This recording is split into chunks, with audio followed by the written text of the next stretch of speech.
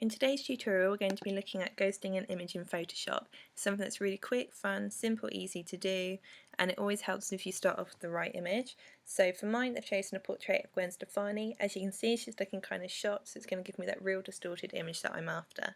So first thing you need to do is open up your image in Photoshop, go down to our layer palette on the right hand side here, and we're just going to duplicate our background layer. So to do that, Control, right click, duplicate layer, and we're going to call that desaturated, as that's the first step that we're going to do.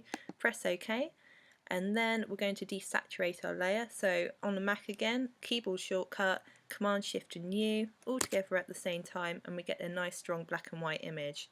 Next thing we're going to do is Control right click again, duplicate our layer, and we're going to call that motion blur, as that is the next step.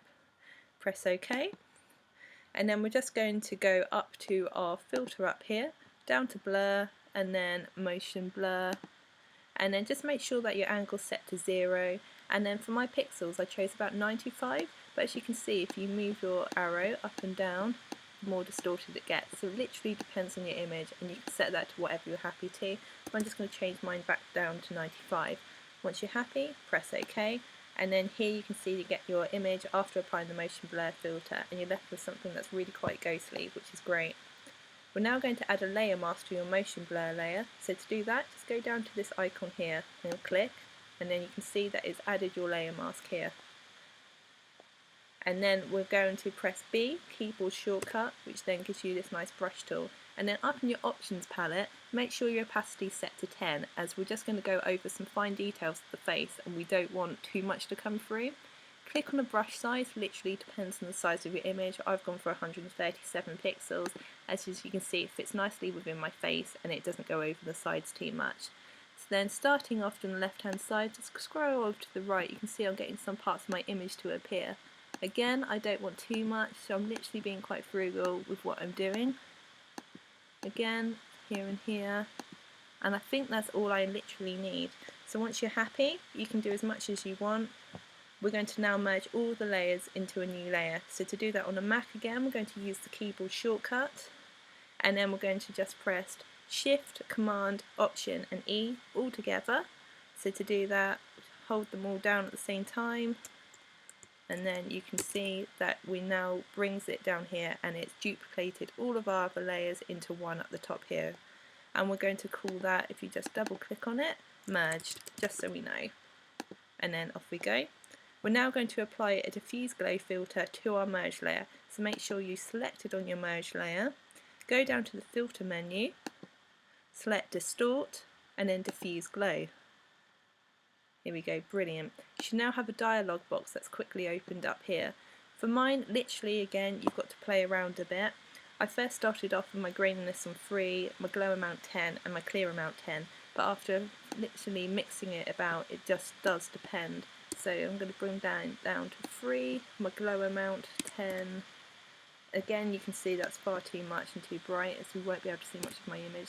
So if I bring it back down to maybe even 2, it kind of leaves me with something that I'm after.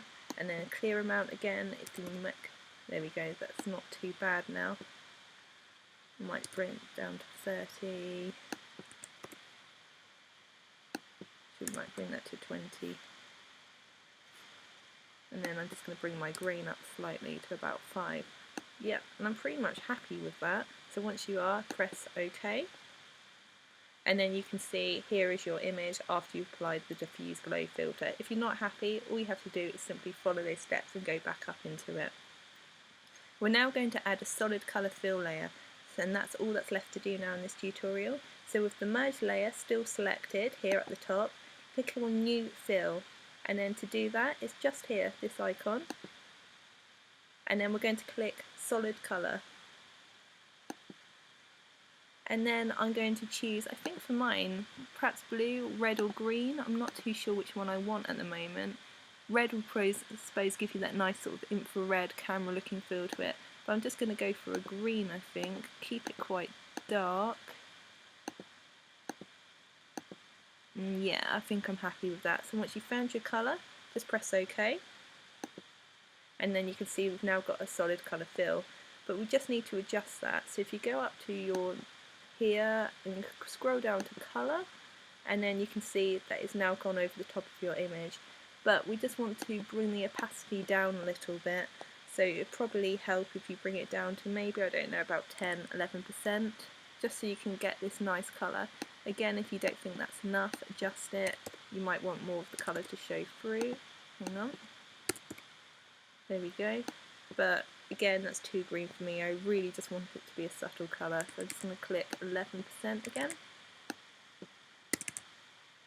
Yeah, and there you have it. I'm really happy with that, and here's the final result.